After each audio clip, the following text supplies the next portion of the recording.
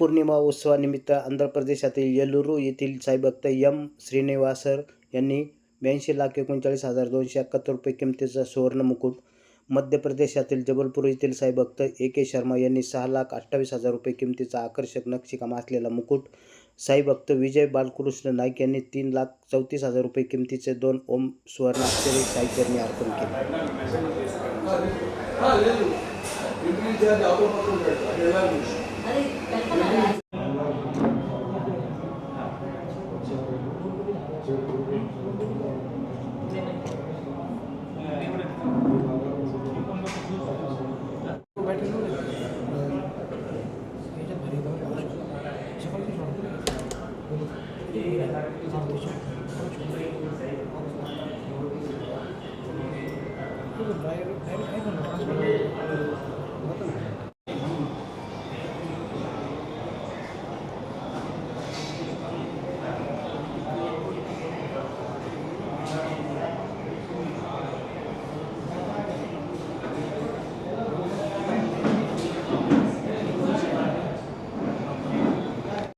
तीन दिवसीय गुरुपौर्णिमा उत्सव जो आहे तो काल सुरू झालेला आहे आणि उत्सवाच्या पहिल्याच दिवशी जे आहे ते एक सोन्याचा मुकुट आलेला आहे.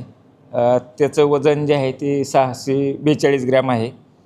ओम अक्षरं जे आहेत 2 ओम अक्षरं आलेली आहेत ते 51 ग्रॅमचे आहेत आणि एक जे आहे ते छोटा मुकुट आलेला आहे तो सुद्धा जो आहे तो जवळपास 60 ग्रॅमचा आहे.